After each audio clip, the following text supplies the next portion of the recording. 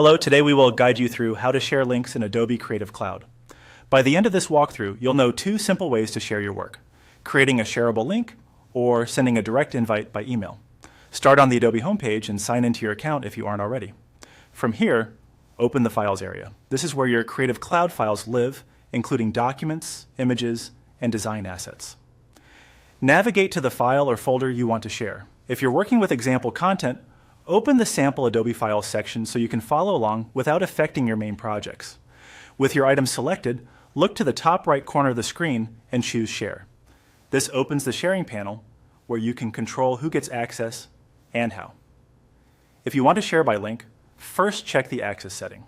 Click the option that controls who can access the file. Choose anyone with the link if you need a quick, frictionless way to let teammates, clients, or collaborators view the content without signing in. Once that's set, click Copy to grab the link to your clipboard. You can now paste it into chat, email, or a project tracker. This is the fastest method when you need to distribute a file broadly. If you prefer to send a direct invitation, type the recipient's email address into the invite field in the sharing panel.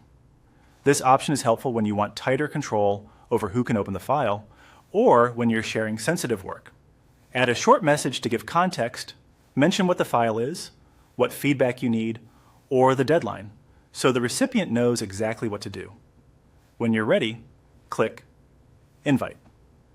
The recipient will receive a notification and a link that's tied to their email. A few tips as you share. Choose the access level that matches your goal. Use anyone with the link for broad visibility and speed, and stick with invited recipients when you want to limit access. Double-check that you're sharing the correct file or folder to avoid confusion. Keep your message concise but clear, and include any next steps or due dates. If you need to change or stop access later, return to the file's Share panel to adjust permissions or replace the link. That's it. You can now share your Creative Cloud content either by copying a public link or by sending a direct invite.